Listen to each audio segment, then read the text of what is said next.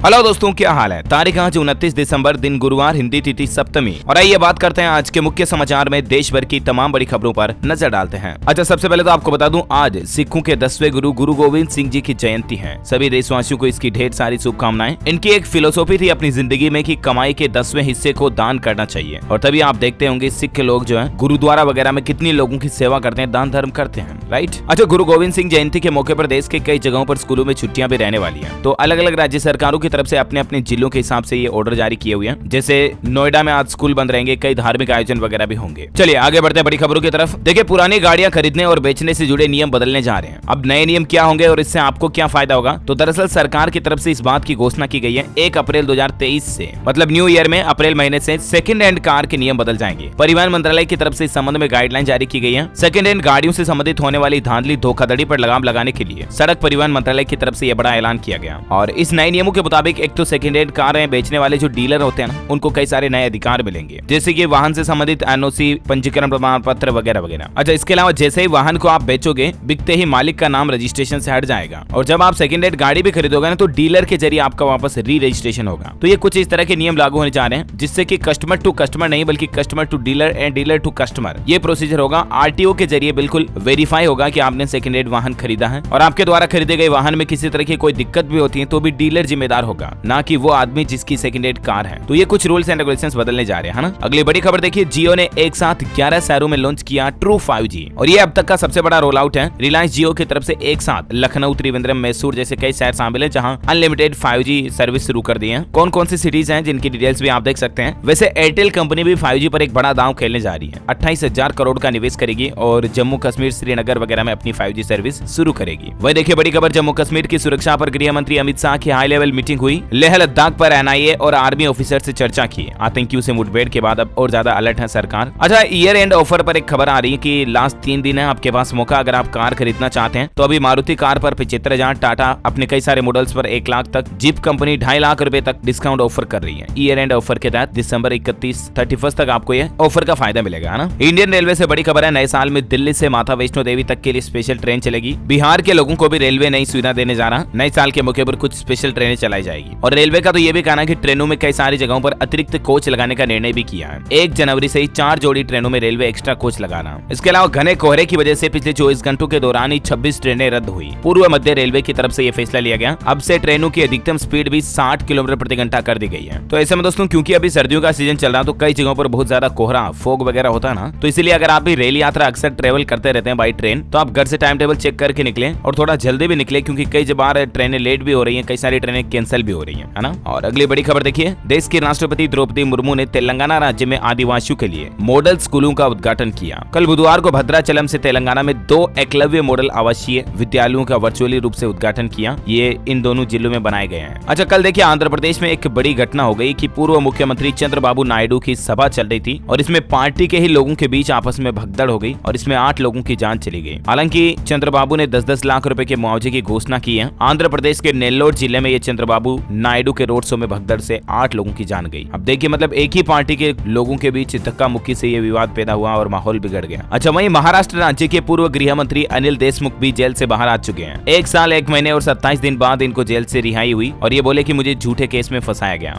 बड़ी खबर आ रही है, पंजाब में टीचर्स को नए साल का तोहफा। कॉलेज यूनिवर्सिटी शिक्षकों को मिलेगा 7वें वेतन आयोग का लाभ और गेस्ट फैकल्टी टीचर्स की सैलरी भी बढ़ाई गई है। तकरीबन 6 साल से लंबित मांग थी टीचर की, जिसको पंजाब की भगवंत मान सरकार ने पूरा करने की घोषणा कर दी है। अच्छा, वहीं दोस्तों, कल प्रधानमंत्री नरेंद्र मोदी अपनी मां हीराबेन से मिलने गुजरात अहमदाबाद के UN मेहता हॉस्पिटल पहुंचे, क्योंकि उनकी मां की तबीयत खराब हो गई थी। उनको अस्पताल में भर्ती कराया गया था। अभी उनकी माताश्री की उम्र 100 साल है और अचानक से बीमार मां का हालचाल पूछने के लिए PM मोदी दिल्ली से तुरंत गुजरात रवाना हो गए। करीब 1.5 घंटा अस्पताल में रुके और उसके बाद वापस दिल्ली के लिए रवाना हुए। इससे एक दिन पहले PM मोदी के भाई प्रहलाद मोदी के साथ भी एक सड़क हादसा हुआ था और अब मां बीमार है। PM मोदी के घर में 2 दिन में ये 2 बड़े संकट देखने को मिले। हम जल्द उनकी माताश्री के स्वस्थ होने की कामना भी करते हैं। अच्छा, अगला अपडेट आ रहा दोस्तों, देखिए उत्तर प्रदेश में काशी विश्वनाथ मंदिर पर 31 दिसंबर से 2 जनवरी तक होंगे झांकी दर्शन। गर्भगृह के अंदर जाने पर रोक रहेगी। मंदिर प्रशासन की तरफ से ये सूचना जारी की गई। वहीं वाराणसी वाटर स्मार्ट सिटी बनेगा। IIT BHU की मदद से आत्मनिर्भर होगी काशी। काशी अब पानी के मामले में पूरी तरह से इंडिपेंडेंट हो जाएगी। यूरोपियन संघ के सदस्य देश डेनमार्क की मदद से वरुणा किनारे लिविंग ले बनाई जाएगी। ज्यादा जानकारी देख सकते हैं आप इसके बारे में। अच्छा, अगर आप भी इंटरनेशनल स्टॉक मार्केट में ट्रेड करते हैं तो देखिए 2 साल के सबसे निचले स्तर पर बिक रहे हैं टेस्ला के शेयर। रिकॉर्ड उच्च स्तर से 73% तक टेस्ला के स्टॉक में गिरावट देखने को मिली है और इसके बाद एलोन मस्क की नेटवर्थ भी 137 अरब डॉलर पर आ गई गिरकर, क्योंकि इस ट्विटर डील के बाद टेस्ला के स्टॉक में काफी ज्यादा डाउनफॉल देखने को मिला। वह देखिए बड़ी खबर, उत्तराखंड के उत्तरकाशी में महसूस हुए भूकंप के झटके, रिएक्टर स्केल पर 3.1 तीव्रता रही। यहाँ तक कि उत्तरकाशी से लेकर नेपाल तक 2.5 घंटे के अंदर तकरीबन 4 बार भूकंप के झटके महसूस हुए हैं और ऐसे में वैज्ञानिकों को इस बात का भी डर है कि किसी बड़े खतरे की आहट तो नहीं है ये। हालांकि तीव्रता काफी कम होने से जानमाल का किसी तरह का नुकसान नहीं हुआ। अच्छा वह देखिए, ओलंपिक की दावेदारी पेश करेगा हमारा भारत। खेल मंत्री अनुराग ठाकुर ने कहा कि देश में ओलंपिक होस्ट करने के लिए साल 2036 सही समय रहेगा और गुजरात अहमदाबाद को होस्ट सिटी बनाएंगे। वहीं देखिए बड़ी खबर है, 1 जनवरी से बदल जाएगा मनरेगा से जुड़ा ये जरूरी नियम। दरअसल सरकार का पूरा प्लान ये है कि मनरेगा में होने वाली हाजिरियों में फर्जीवाड़े को रोकने के लिए 1 जनवरी 2023 से ही मनरेगा में सभी जगहों पर अब डिजिटल रूप से उपस्थिति अनिवार्य होगी। श्रम मंत्रालय की तरफ से इस संबंध में आदेश जारी कर दिया है। जो महात्मा गांधी राष्ट्रीय ग्रामीण रोजगार गारंटी योजना है ना मनरेगा, इसमें काम करने वाले सभी मजदूरों के लिए डिजिटल अटेंडेंस नए साल से चालू हो जाएगी, जिससे कि कई बार फर्जी हाजिरियां लगा करके जो पैसे उठा लिए जाते हैं ना, तो इन चीजों पर रोक लगेगी और ज्यादा पारदर्शिता आएगी। इसके लिए केंद्र सरकार की तरफ से एक mobile app national mobile monitoring system का पायलट प्रोजेक्ट लॉन्च किया था और इसी के जरिए श्रमिकों की उपस्थिति दर्ज कराने में भी मदद मिलेगी, है ना। और अगली बड़ी खबर देखिए, आंध्र प्रदेश सरकार की तरफ से 207 फर्जी लोन ऐप देने वालों पर शिकंजा कसा गया और तकरीबन 75 केसों में 80 लोगों की गिरफ्तारी भी कर ली गई है। आपको पता होगा गूगल प्ले स्टोर पर भी कई सारे ऐसे फर्जी लोन देने वाले ऐप को हटा दिया जाता है। आए दिन सरकारें और एक्सपर्ट भी इस तरह के फर्जी लोन ऐप से बचने की सलाह देते रहते हैं, राइट, क्योंकि ये लोन ऐप लोगों को लोन देकर के झांसे में फंसाते फिर बड़ी अमाउंट वसूलते हैं इनसे। तो इन पर शिकंजा कसने के लिए आंध्र प्रदेश पुलिस की तरफ से वाकई में ये सख्त कदम उठाया गया है।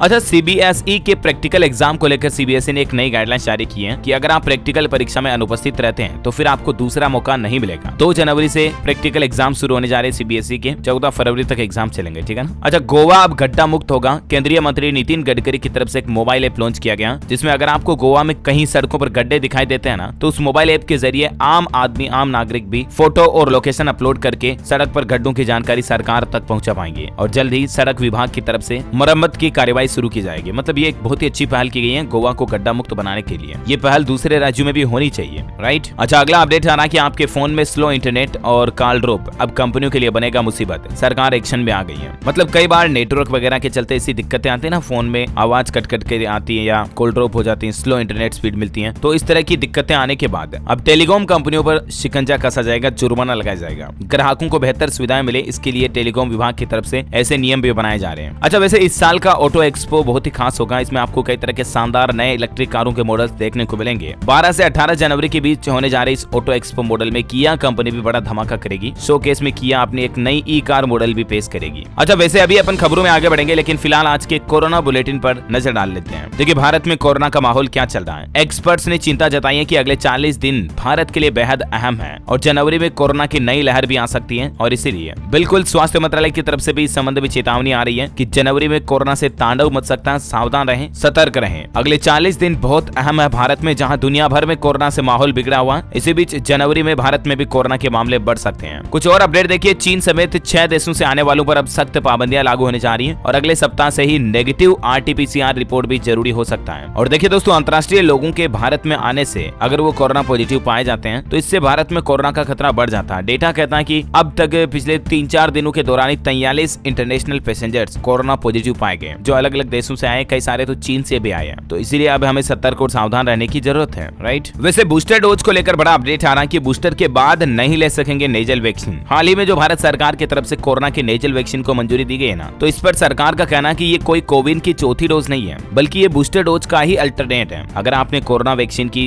दोनों डोज लगवा ली है तब तो आप नेजल वैक्सीन इस्तेमाल कर पाएंगे, लेकिन अगर आपने थर्ड डोज भी लगवा लिया, यानी कि प्रिकॉशन डोज या बूस्टर डोज जिसे कहते हैं ना, वो भी लगवा ले, तो फिर आपको नेजल वैक्सीन लगाने की जरूरत नहीं है। अभी दुनिया के कई देश तो ऐसे हैं जहां वैक्सीन भी असर नहीं कर रही है। दूसरे देशों में 4-5 वैक्सीन लेने वाले लोग भी संक्रमित चल रही है ना। तो ये कुछ आज के कोरोना बुलेटिन रहे और चलिए अब अपन आज के मौसम समाचार पर नजर डाल लेते हैं। देखिए उत्तर भारत में कड़ाके की ठंड, दिल्ली में छाया घना कोहरा। कल भी 100 से ज्यादा फ्लाइट्स भी कैंसिल रही कोहरे की वजह से और फिलहाल ठंड से आपको राहत मिलेगी, लेकिन जनवरी की शुरुआत में वापस हाल बेहाल साल होगा, मौसम विभाग की तरफ से पूर्वानुमान जारी किया गया। असम राज्य में देखिए ओलावृष्टि इतनी ज्यादा हुई कि इससे तकरीबन 4,500 मकान क्षतिग्रस्त हो गए, मकानों में दरारें आ गई, चोट लगी इतनी, और किसान भाई लोगों की फसलों को भी काफी ज्यादा नुकसान पहुंचा है। ये कुछ तस्वीरें और ये कुछ वीडियोज भी सामने आ रहे हैं असम राज्य में ओलावृष्टि के। आप देख सकते हैं मतलब कितने ज्यादा भयंकर तरीके से ओले गिरे। इस वजह से 132 गाँव में 4400 से भी ज्यादा घरों को नुकसान हुआ है। 18,000 से ज्यादा लोग असम में हुई इस ओलावृष्टि से प्रभावित हुए हैं। वहीं राजस्थान में मौसम पर खबर आ रही कि नए साल में हाथ पैर जमा देगी ठंड, इतनी ज्यादा बढ़ेगी और सीकर में तो पारा 0 डिग्री तक पहुंच चुका है और अभी भी कई जगहों पर ये बर्फ जम रही है। देख सकते हैं आप तस्वीरें। राजस्थान में सप्ताह भर तक शीतलहर का अलर्ट है। उत्तराखंड में भी अगले 3 दिन कोल्ड डे का अलर्ट। उधम सिंह नगर और हरिद्वार जिले में स्कूलों में छुट्टियां घोषित की गई। संपूर्ण भारत का आज 29 नवंबर 2022 का मौसम पूर्वानुमान कहता है अगले 24 घंटों में पंजाब, हरियाणा, उत्तरी राजस्थान, पश्चिमी उत्तर प्रदेश और दिल्ली के कुछ हिस्सों में घना कोहरा छा सकता है और कोल्ड डे की स्थितियां रह सकती हैं। वैसे दोस्तों दुनिया में कई जगहों पर तो हालात इससे भी ज्यादा गंभीर चल रहे हैं, उनसे तो भारत में काफी बेहतर हालात हैं। देखिए आप अमेरिका में बर्फीले तूफान चल रहे हैं और बर्फीले तूफान की चपेट में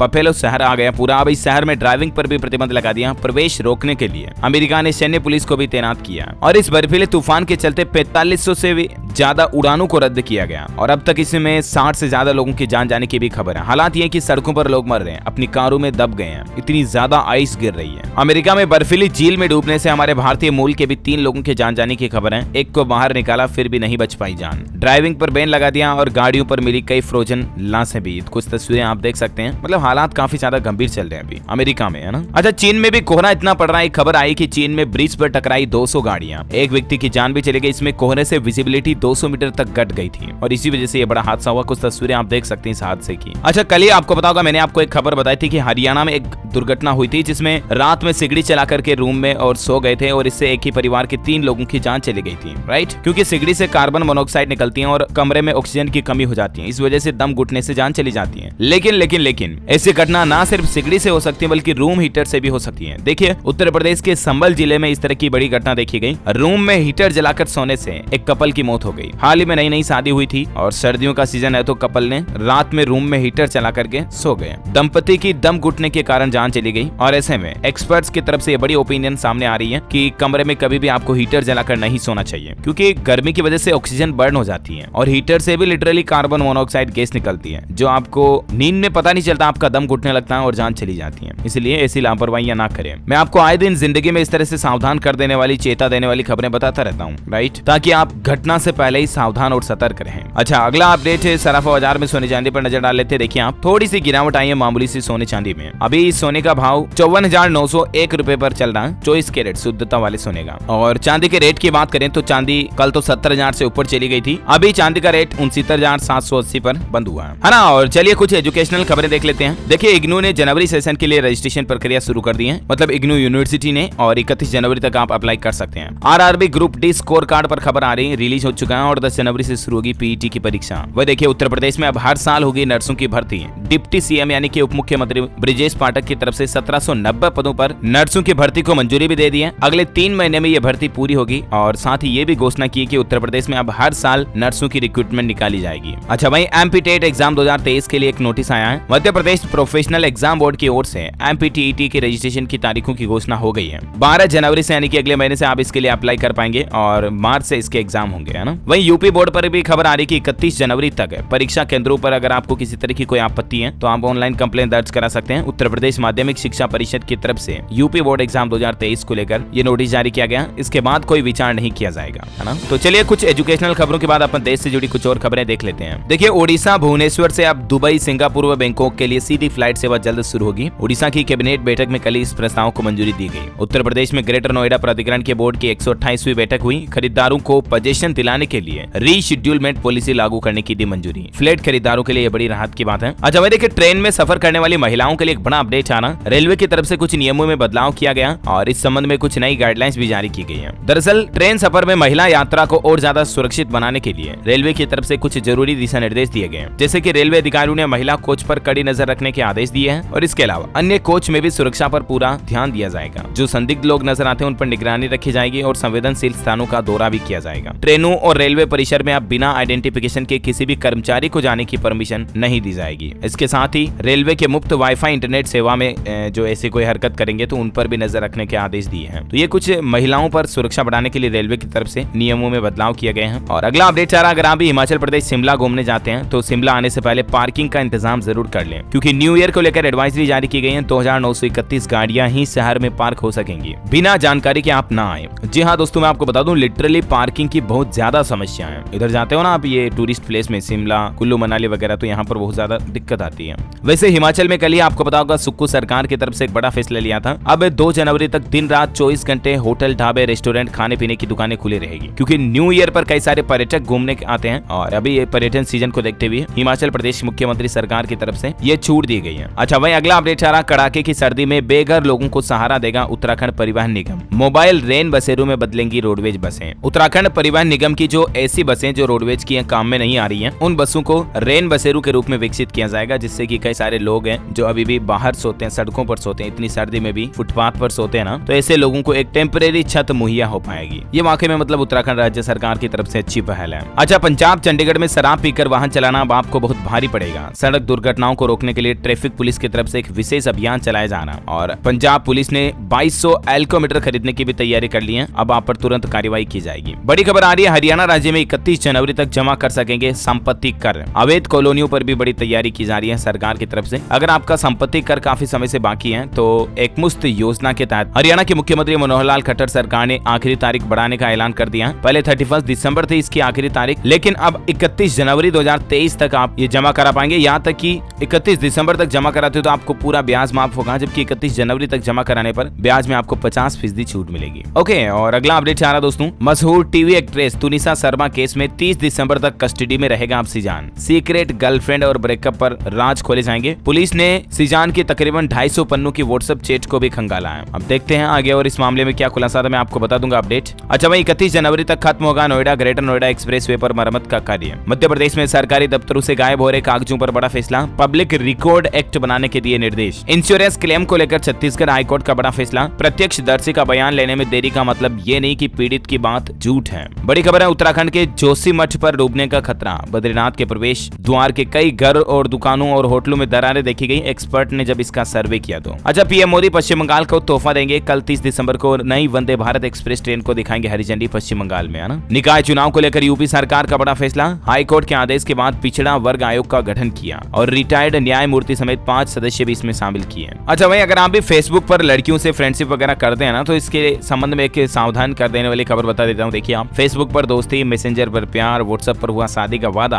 और फिर लाखों की शपथ लगाकर फरार हुई विदेशी दुल्हन। तो ऐसे भी चीटिंग करने वाली, धोखाधड़ी वाली बहुत सारी लड़कियां होती हैं, जिनका काम ही यही होता है सोशल मीडिया पर भोले भाले लोगों को फंसाना अपने जाल में और उनसे पैसे ऐंठना और फिर गायब हो जाना। तो ऐसी चापलूस और धोखेबाज पर्सनैलिटी से भी सावधान रहे, है ना। ऐसा किसी के भी केस में हो सकता है, चाहे लड़का हो चाहे लड़की हो, सो प्लीज बी केयरफुल। अच्छा, अगला अपडेट आ रहा, हरियाणा की पहली ड्रोन पायलट बनी निशा। अब किसानों की तस्वीर बदलने जा रही, क्योंकि हरियाणा सरकार ड्रोन पायलट के जरिए किसानों को ड्रोन उड़ाने की ट्रेनिंग भी देगी। और अंतिम अपडेट है, हजारों लोगों को मिलेगा बेहतरीन इलाज। दिल्ली और उत्तर प्रदेश के 2 आयुर्वेद संस्थानों को मान्यता मिल चुकी है और अब हजारों लोगों को आयुर्वेद के 2 बड़े संस्थानों में अंतर्राष्ट्रीय स्तर तक का इलाज मिलेगा। जानकारी ज्यादा आप देख सकते हैं। ओके दोस्तों, तो इसी कड़ी में आज दिन भर की तमाम बड़ी खबरें, मुख्य समाचार का वीडियो ये फिनिश होता है। और हाँ, आप मुझे कमेंट करके बताइए दोस्तों कि हमारे सौरमंडल में सूर्य के सबसे नजदीक ग्रह कौन सा है। चलिए आज आपको 2 ऑप्शन भी देता हूँ। ऑप्शन ए बुध ग्रह, ऑप्शन बी शुक्र ग्रह। Which is right option, let me know in the comment box. जो लोग इसका सही जवाब देंगे वो रैंडमली सेलेक्ट होने पर आप हमारी DLS न्यूज टीम की तरफ से जीत सकते हैं एक शानदार सरप्राइज गिफ्ट, जो कि गिव अवे के रूप में आप तक पहुंचा दिया जाएगा। और इसी के साथ ही अगर आपको वीडियो अच्छा लगा तो इसे लाइक करना, शेयर भी करना अपने दोस्तों के साथ फेसबुक और व्हाट्सएप पर। इस चैनल DLS न्यूज को सब्सक्राइब जरूर कर लेना, ताकि आप ऐसी ही काम की महत्वपूर्ण जानकारियां तुरंत देख पाओगे। Thank you, take care, good bye, जय हिंद, जय भारत, वंदे।